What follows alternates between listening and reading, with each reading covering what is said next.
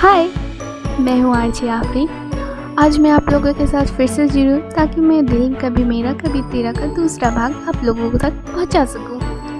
तो चलिए शुरू करते हैं। अगली सुबह प्रीति उठकर नहाने चली गई। वो ऐसे नहा रही थी जैसे कोई दाग जा ही नहीं रहा हो। शारदा जी, अब नहाती ही रहोगी कि कुछ खाना वाना भी बनाओगी? प्रीति बाहर आई और अपने कपड़े पैक किए और कमरे से बाहर आई। उसके बैग को साथ देखकर रही थी। अरे ओ माँ, ये कहाँ चली? शारदा जी उसके पास आकर, ये क्या नया ड्रामा लगा रखा है लड़की? प्रीति एक बार अपनी आंखें बंद करती है। कल जो रात उसने गुजारी थी उसको सोचती है और फिर एक नज़र सबको देखती है। कल्याणी, क्या बात है, कल की मार इतनी जल्दी भूल गई है? सरिता, हम तो कभी ऐसी बीवी नहीं देखी जो एक दिन में ही अपने पति की मार भूल जाए। प्रीति खुद को मजबूत करती है और बोलती है, मैं ये घर छोड़ के जा रही हूँ। बाहर से आता हुआ राजीव ने बात सुन ली। क्या बोला तूने? कहाँ जा रही है? प्रीति, मैं इस घर में नहीं रहूँगी, मैं यहाँ से जा रही हूँ। राजीव, कहाँ जाएगी? तेरे वो मामा के पास जिसके तूने खुद ही छोड़ दिया। प्रीति को वो दिन याद आ गया जब उसने मामा जी जिन्होंने उसके माँ बाप के बाद उसे सबसे ज़्यादा प्यार किया, उसने राजीव के लिए उनसे रिश्ता तोड़ दिया। इन एक साल में न उनसे एक बार भी बात की, न वो कभी प्रीति से मिलने आए, न प्रीति कभी उनके पास गई। राजीव, बोल ना, चुप क्यों हो गई? शांति से जा और मेरे लिए चाय बना के लेके आ। प्रीति अपने कदम आगे करती है और राजीव के उसके सामने हाथ पकड़ता है। समझ नहीं आता? चाय लाने को बोला हूँ। प्रीति ने हिम्मत दिखाते हुए खुद को राजीव से दूर किया। आज से तुम ना तो मेरे पति हो और ना ही कुछ। मैं कहीं भी जाऊँ तुम्हें कोई मतलब नहीं। और वो एकदम से निकल गई। राजीव उसके पीछे भी नहीं गया क्योंकि उसे जो भी प्रीति से चाहिए था वो उससे मिल चुका था। कल जब प्रीति दर्द में बेहाल थी तो उसने उसके मामा जी की दी हुई सब चीज़ें और एक छोटा सा घर जो उसके नाम था वो भी अपने नाम कर लिया। राजीव मन में सोचते हुए, तू अपने मामा के घर तो जाएगी नहीं, बचा वो घर, अब वो मेरा है तो कहीं भी है, मुझे क्या, वापस तो तेरे को मेरे पास आना होगा। प्रीति दर्द के वजह से काफ़ी धीरे धीरे चल रही थी। वो कैसे भी कर घर के पास आई जहाँ राजीव ने कुछ आदमी खड़े थे। प्रीति ने जब उनसे पूछा तो उसे पता चला कि राजीव ने कुछ भी किया है। प्रीति दर्द की वजह से चलने की हालत में नहीं थी। वो पास के रोड पर लगी बेंच पे बैठ गई और धीरे धीरे शाम हो गई। उसे समझ नहीं आ रहा था कि वो कहाँ जाए। तभी उसके पास दो आदमी आने लगते। प्रीति दर्द में उठी और जाने लगी। तभी वो राम जी तक काका से टकरा गई। राम जी, अरे बेटा देख कर चलो। प्रीति के साथ आदमी को देखकर वो आदमी सब वहाँ से निकल गए। प्रीति, माफ़ करना, मैंने देखा नहीं। राम जी, कहाँ जा रही हो बेटा? जहाँ किस्मत के ले जाए वहीं चली जाऊँगी। क्या बात है, तुम्हारा चेहरा कुछ ठीक नहीं लग रहा। कुछ नहीं काका, माफ़ करना, हमारी वजह से सारा सामान भी। कोई बात नहीं बेटा, तुम कहो तो मैं तुम्हारी कुछ मदद करूं? प्रीति उम्मीद से उन्हें देखती हुई, आप हमारी क्या मदद कर सकते हैं? हमारे घर में साफ़ सफाई करने वाले की ज़रूरत है। क्या तुम वो काम कर सकती हो और तुम वहाँ रह भी सकती हो?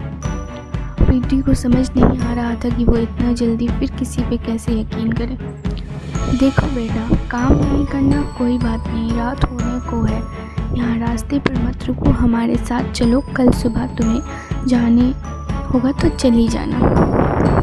प्रीति दर्द में मुस्कुराते, शुक्रिया काका, हमें सारे काम आते हैं, आप जो बोलेंगे हम वो सब कर देंगे। ना ना बेटा, अभी तुम्हारे यहाँ इतने लोग हैं कि हम नैन्सी और विवान बाबा, फिर आपको हमारी ज़रूरत क्यों है? कुछ मकसद तो ज़रूर ही होगा जो ऊपर वाले ने दिल को ये बात कहने की उम्मीद दी। प्रीति चुप हो जाती है और अपने साथ उसे उस रात के लिए ऊपर वाले को बोलने लगती है, चले बेटा। दोनों ही खन्ना हाउस के सामने खड़े होते हैं। काफ़ी बड़ा था। ये देखकर प्रीति खुद को रोक ही नहीं पाती और बोलती है, काका आपने तो कहा था घर में 3 लोग हैं, तो फिर इतना बड़ा घर क्यों? राम जी दुखी हुए। जब ये घर बना था तब कहाँ पता था इसमें सिर्फ 3 ही लोग बचे होंगे। इसमें रहने वाली तन्हाई। प्रीति उनका दुख चेहरे पर देखती है और आगे कोई सवाल नहीं करती है। दोनों अंदर आते हैं। पार्किंग में 2 कार और एक बाइक लगी हुई थी, जिसे देखकर राम जी समझ गए कि विवान घर पर है। बहुत ही सुंदर गार्डन पार्किंग से जा रहा था एंट्रेंस पर खूबसूरत फूल थे और अंदर आते ही घर की खूबसूरती ऐसी थी जैसे फिल्मों का घर हो। एक उसमें एक खामोशी ऐसी थी, दूर से भी जो आता समझ जाता। सीधे के सामने ही एक बड़ी सी तस्वीर थी जो एक छोटे से बच्चे को गोद में ली एक लेडी की। प्रीति को उनका चेहरा कुछ यादों सा लगा, लेकिन उसने कुछ अच्छे से याद नहीं था। इससे पहले ही नैन्सी आ गई। नैन्सी, ओ राम जी तू किसको ले आया है? राम जी, ये प्रीति बिटिया है, अब हमारे यहाँ ही रहने वाली है। ओह, तुम हमको बोला नहीं। Forget it. देखूँ तो वो प्रीति कोई और आती है। प्रीति हल्की मुस्कान के साथ, नमस्ते। ओह गॉड ब्लेस यू डियर। तुम राम जी तुम गलत बोला तो हमको। मैंने क्या गलत बोला? ये लड़की हमारे यहाँ नहीं हमारे साथ रहेगी। ये बात सही बोला तुमने। आओ तुम्हें तुम्हारा कमरा दिखाते हैं। दोनों वो कमरे में छोड़कर बाहर आ जाते हैं। कल रात की हालत के बाद और सुबह उसे और भी दर्द हो रहा था। वो वहीं लेट जाती है। उसकी नींद तो नहीं लेकिन आंखें बंद हो जाती हैं। दर्द इस कदर था कि मुंह से खुद ही आह निकल रही थी। विवान अपने कमरे में से कुछ काम के लिए नीचे आया। खामोशी की वजह से उसे प्रीति की आवाज़ सुनाई दी। विवान खुद में, इस वक्त ये आवाज़ कहीं नैन्सी को तो नहीं। वो आवाज़ की ओर चला जाता है। रूम में आते हैं प्रीति की आंखें खुलती हैं। वो उठकर खड़ी हो जाती है। विवान हैरानी से, आप? जी मुझे यहाँ काका ने साफ सफाई के लिए रखा है। विवान आवाज़ लगाते हुए, काका, नैन्सी। दोनों कमरे में आ जाते हैं। राम जी, क्या हुआ बेटा? इन्हें घर में आपने लाया है? राम जी उसे सब बात बताते हैं। ओह माय डार्लिंग, प्लीज़ इसे यहाँ रहने दो ना, मेरी भी कुछ मदद हो जाएगी। विवान सोचते हुए, ठीक है।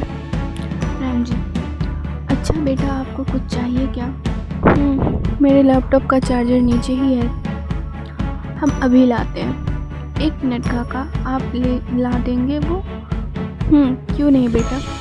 नैन्सी, इन्हें पूछिए ये छोटे कैसे लगी हैं और ये दवा दीजिए। प्रीति को समझ नहीं आया कि उसको विवान को कैसे लगी। चोट लगी है? विवान ये कहाँ जाकर कहकर जा चुका था।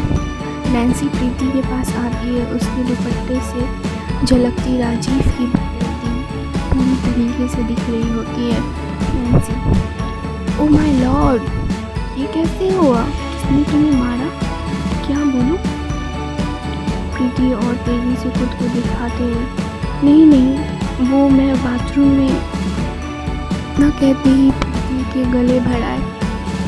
तुमको पता है झूठ बोलना गलत है। प्रीति का गला बाहर आ जाता और वो रोने लगती है। इन 1 सालों में उसकी आवाज़ तो जैसे ख़त्म ही हो गई थी। नैन्सी उसे गले लगा लेती है और फिर प्रीति सब कुछ बता देती है। नैन्सी को बोल देती है, नैन्सी तुम ज़रा भी टेंशन मत लो, हम लोग कंप्लेन करेंगे। नहीं प्लीज़ ऐसा मत करिए। तुम क्यों डरती हो, हम सब हैं ना साथ तुम्हारे। मुझे नहीं इन सब में नहीं उलझना प्लीज़। प्लीज़ मत लीजिए। नैन्सी प्रीति की इस वक्त की हालत देखकर कुछ नहीं बोलती है। अगली सुबह आदत हो जाने से प्रीति सुबह जल्दी उठ जाती है और नहाकर साफ सफाई करने लगती है। लगभग 8 बजे दरवाजे की घंटी बजती है। दूध वाला आया होता है। नैन्सी बेल की आवाज़ से उठती है और बाहर आती है कि जब तक प्रीति दूध ले चुकी होती है। नैन्सी एक अच्छी मुस्कान के साथ गुड मॉर्निंग। प्रीति भी गुड मॉर्निंग। सब अपने अपने कामों में लग जाते हैं। नैन्सी नाश्ता तैयार कर रही होती है। रामजी काका किसी काम से बाहर गए होते हैं। प्रीति हॉल में डस्टिंग कर रही होती है और विवान की कोई भी खबर नहीं होती है। एक बार फिर दरवाजे पे घंटी बजती है और फिर से प्रीति ही दरवाज़ा खोलती है। इस बार कोई कुरियर वाला था। लेडी मुस्कान के साथ, लड़का मुस्कान के साथ, हेलो मैम, मिस प्रीति यहाँ पे? जी हाँ मैं हूँ। मैं आपके लिए, और आप यहाँ साइन कर दीजिए प्लीज़। कुछ समझ नहीं आया, आखिर वो कहाँ, कल ही तो यहाँ पे आई थी, फिर कैसे किसी को यहाँ का पता और कौन ही है जो उसे पार्सल दे सकता है? लड़का, मैम प्लीज़ यहाँ साइन कर दीजिए। प्रीति साइन करती है और लड़का वहाँ से चला जाता है। प्रीति उस पार्सल को देखती है जिस पर किसी का नाम नहीं था। वो कुछ देर रुकती है और फिर खोलती है। पार्सल में जो था वो देख कर वो और भी ज़्यादा हैरान हो जाती है। उसमें कुछ मेडिसिन थे, पेन किलर्स। प्रीति खुद से दवा, ये किसने? वो नैन्सी से पूछने का सोचती है। तभी रामजी, अरे प्रीति जरा ये सब उठाने में मदद कर दीजिए। तो प्रीति वहाँ रख लेती है और बाहर आती है। रामजी बहुत सारे के साथ खड़े हुए थे। ये सब क्या है हुआ काका? झूठी रामजी झूठी गुस्सा, अरे हमारे विवान बाबा के मन को कोई नहीं समझा सकता। वो तो घर पे नहीं है। तुम नहीं हो ना, बाबा घर में ही है, रहते हैं, बस उसे देखना मुश्किल है। क्या मतलब? दिखते नहीं है? तुम मेरी मदद करो, बाबा के बारे में कुछ दिन में खुद ही समझ जाओगे। प्रीति डंबल्स उठाने के लिए जैसे ही झुकती है, 2 मस्कुलर हाथ आगे आते हैं और आकर पहले ही उसे उठा लेते हैं और एक आवाज़ देता है, अक्ल नहीं है, चोट इतनी लगी है और आई बड़ी डंबल्स उठाने के लिए। प्रीति को एकदम से विवान को वहाँ देखकर डर जाती है और थोड़ा पीछे हो जाती है। विवान बिना उसकी ओर देखे अपने डंबल्स उठाकर चला जाता है। प्रीति सोचते हुए, मैंने सुबह से इन्हें नहीं देखा, इन्होंने मैं कैसे बोला था ना, वो दिखते नहीं हैं पर हर वक्त हर जगह होते हैं। प्रीति कुछ नहीं बोलती और अपने काम में लग जाती है। शाम हो चुके होते हैं। उसके बाद घर में से विवान को नहीं देखा होता है। प्रीति नैन्सी के साथ मार्केट जाती है। नैन्सी, ओह माय गॉड, तुमको कुछ लेना है तो तुम बोलो हमको, हम दिलाते हैं। प्रीति मुस्कान के साथ, जी हमें कुछ नहीं चाहिए, हमारे विवान बाबा का ऑर्डर है, 2 ड्रेस सबके लिए लेना है। क्यों, कुछ खास है? खास नहीं, बहुत ही खास है, पर इन कुछ सालों में वो खास दिन विवान बाबा के लिए सबसे बुरा दिन बन गया है। क्यों, क्या हुआ था? इस दिन बाबा का बर्थडे है, पर इस दिन बाबा को वो लोग छोड़कर चले गए जिनसे वो सबसे ज़्यादा प्यार करते थे। प्रीति नैन्सी के उदास चेहरे को देखती है और समझ रही थी ज़रूर ही कोई उनके माँ बाप होंगे। नैन्सी उस दिन को याद करते हुए,